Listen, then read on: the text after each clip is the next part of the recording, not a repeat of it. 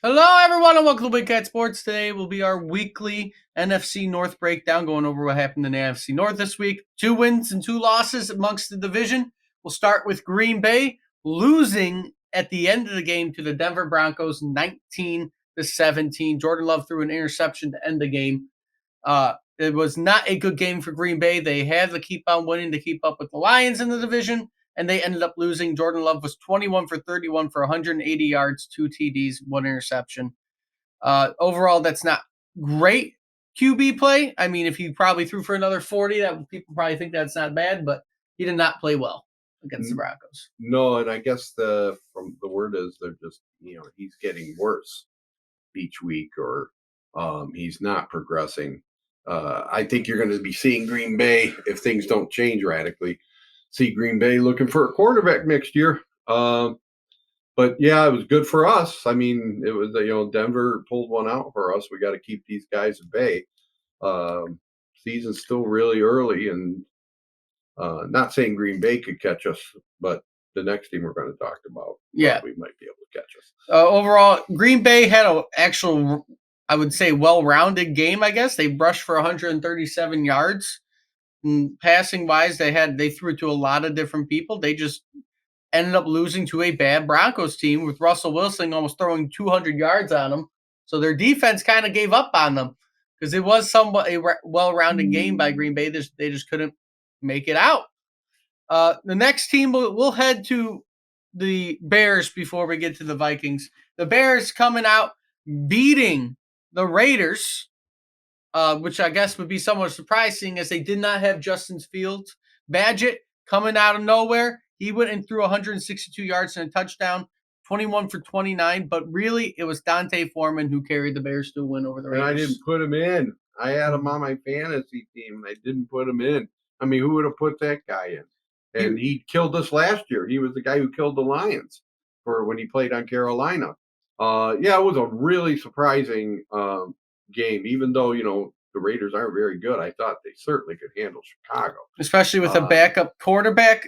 Foreman really didn't have an amazing day. He only ran for 89 yards. He just had 2 touchdowns. They actually had a lot of different people run. They had about 5 different people with positive rushing yards. Yeah. Yes, in their game on Sunday. So, I mean, the ball was given up to a lot of people. They threw it to at least another 10 different targets. So the ball was going all over the place to keep Badgett from getting killed back there. I think he only got sacked once. So the O-line at least kept them alive back there. Yeah, but I hope we see the same Raider team when we play them on Monday night. That's all I have to say. I hope the same Raider team shows up at our place. But it gave the Bears at least a little bit of hope to keep on going through the year, but we'll see exactly what happens with that as time goes on. The next game, the surprising game of the week, and kind of puts question into how the division is going to stand out. The Vikings beating the 49ers 22-7. Kirk Cousins having a very good game, 35 for 45, 378 yards, 2 TDs, and 1 interception. They had only 74 rushing yards. So it's basically the Kirk Cousins show on Monday Night Football. Hey, the guy still has it. And the Lions better be looking over their shoulders. They're only 2 games behind us. If they don't win the Monday night game, they could come back from the bye only 1 game ahead of Minnesota. So, I mean, it's an important game on Monday night. And I think it just shows you, too, we were all getting on the Lions for losing like that in Baltimore, but anybody can beat anybody. And, the 49ers are the Super Bowl supposedly prediction for the NFC still. And you got people who, are like starting to question them because they lose a game. It's only game 6. Yeah. It drives me nuts sometimes at how quickly people jump on and off the bandwagon. And there's a very good chance Minnesota, if they keep playing the way they've been playing, like they haven't really played bad all year. It's more or less been the problem with the turnovers. If they fix their turnovers, they could make a run to the playoffs. They are very much a playoff possibility. They're not as bad as they look just because they turn the ball over a lot. You fix the turnover problem, they're going to be winning games. Kirk Cousins throwing over 300 yards a game. Yeah. Every single week. So they are not a team to sleep on. They're still a threat. It's just the turnovers. They fix the turnovers. Minnesota is a playoff team. And then leading to the last game of the week that we talked about already, but going over again, the Lions being embarrassed in Baltimore, 38-6, losing. Lamar Jackson going all over them, running, throwing. They could not stop Lamar Jackson. No, he was incredible. And you know what? That's going to happen. That's going to happen. It may happen another time this year. Hopefully not. Campbell comes out and does the right thing, even though it may not be true. He took the blame for it. But these guys, these are professional football players. They should be ready to play.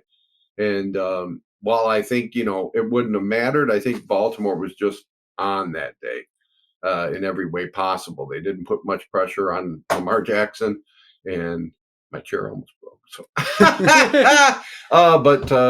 so you're not, if you don't put any pressure on that guy, you're going to have a long day. Yeah.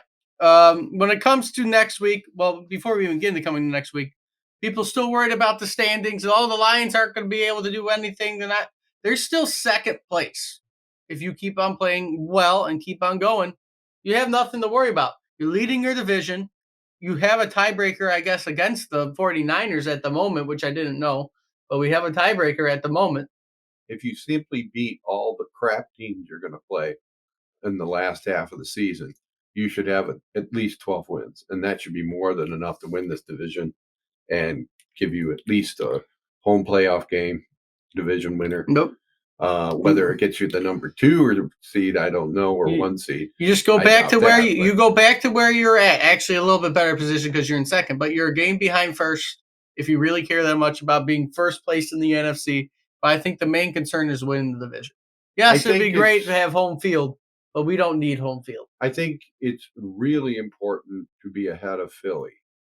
You're not going to have much of a chance of beating Philly, and Philly. Goff is not a good bad weather quarterback.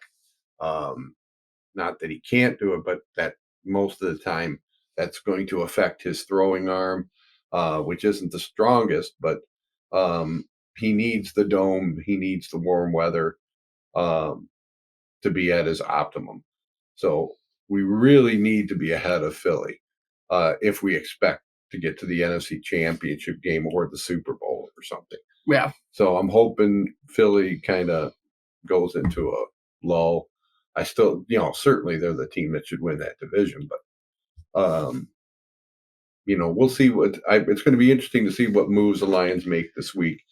It'll show whether or not they're all in, or if they still kind of are, thinking maybe next year, or they're happy with what they got. We will see in the coming week, with the trade deadline being a week away. Going into who we face next, we already know with the Lions. We talked about it. Monday Night Football against the Raiders. Obviously, they are favored. They should win it, especially with the Raiders losing to the Bears. They're not doing well right now. I don't think Garoppolo is going to be back because that's the main reason. Brian Hoyer has been their quarterback for the past 2 games.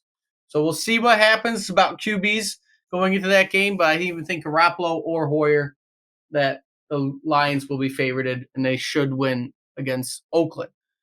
The Vikings and Packers are actually playing each other on Sunday next week. They are playing a 1:00 game. Probably be cheering for the Packers on that game. I think if you're a Lions fan, as much as you probably don't want to cheer for either one, you probably hope the Packers end up winning because they have a less likely chance of catching up to you compared to the Vikings, who really don't have that tough of a schedule ahead of them. Because after they play the Packers, it's the Falcons, Saints, Broncos, Bears, Raiders, until they hit Bengals, us, Packers, right. us. They don't have a tough schedule ahead of them at all. They could really go on a run. The Vikings could win their next 1, 2, 3, 4, 5. They could win their next 6. I don't really want it to come down to the final 3 games if we can help it, but it might have to. It might have to come down to those final 3 games where they have to beat us. If the Vikings the Vikings right now could make a run. They could win their next 6.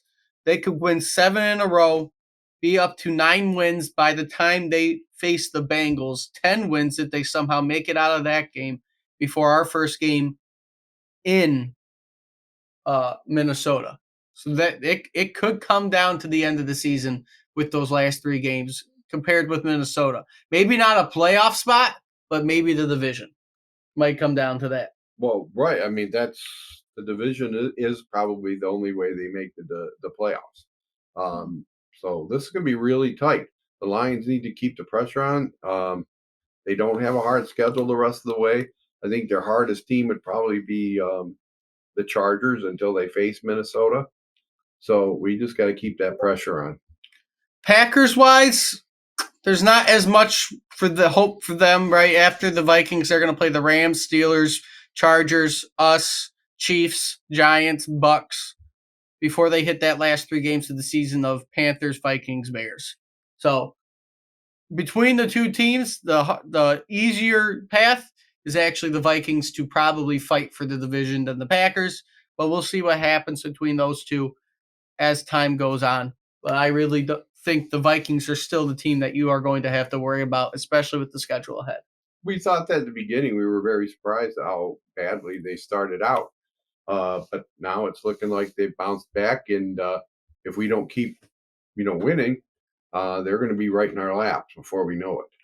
And then the last team in our division we haven't talked about their upcoming schedule is the Bears. The Bears will be facing the Chargers on Sunday Night Football. You get to watch them this week, see how they're playing. For the most part, I don't know if they can beat the Chargers. They are in LA.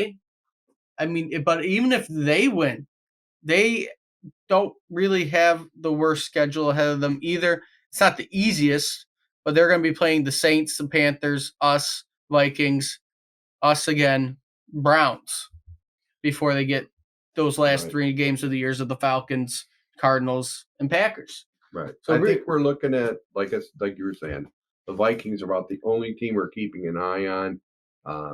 They have the team to roll off 6-7 wins in a row, and we'll see what happens. It could very well make the rest of the season interesting. If I have one thing to say, looking at the head of schedule, looking at how the Vikings played and how they played against the 49ers, if they keep playing like that, it might come down to that last game of the year. Which would be awful for us. I would not want that. I will be there, though. I know. It would be entertaining if it was. Watch us not make the playoffs and get booted on the last game. Oh, God, hopefully we get it before that game. But with that being said, though, if you like SOL. We don't need to talk about it. Yeah, but I know. With that being said, though, if you like what you see, write, like, comment, subscribe, share the video. Until next time, hope to see everybody soon.